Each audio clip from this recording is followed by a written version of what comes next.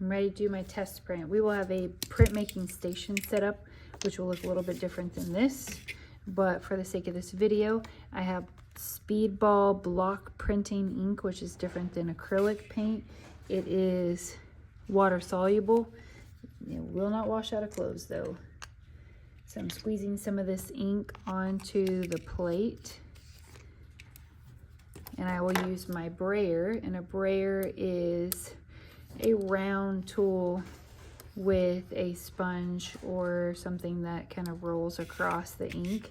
Whenever I am picking up some of the ink with my brayer and moving it around so that the ink doesn't stay stuck just in one area. I have to kind of work that out. It's a little bit sticky.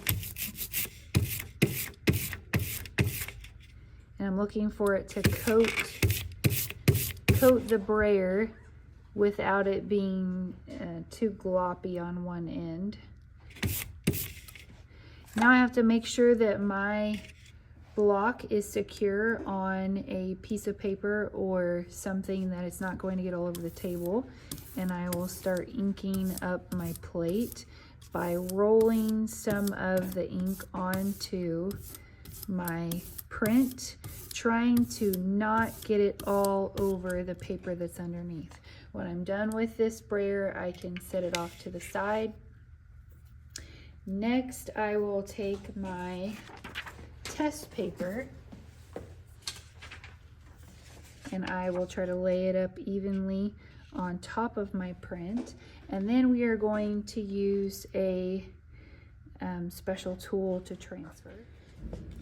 To help transfer the ink onto the paper, we have barons. There are two types of barons that we have in the classroom. One has the bigger handle like this, and one is made out of like a bamboo leaf material. Either one is fine, but you use it to press your paper against the linoleum block so that the ink will go onto the paper and get a nice even pressure going across.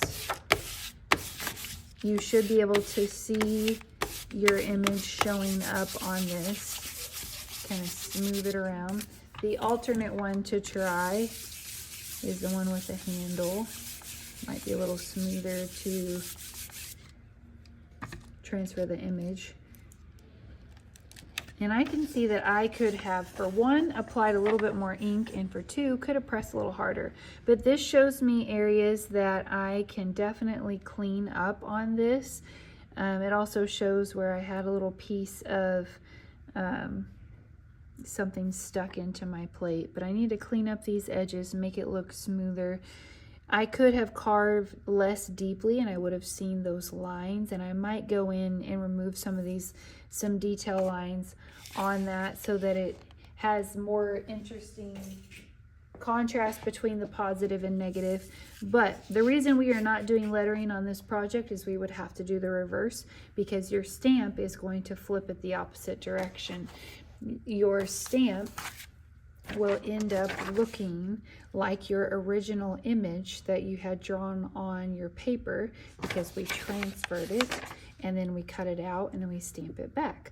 So this is the overall process that we're going to do. If I wanted to continue carving into this, I would need to put paper towel or wash this off so that I don't get the ink all over me, because it will transfer onto everything that you have.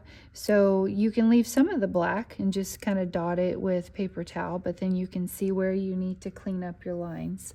And that's essentially what we're doing.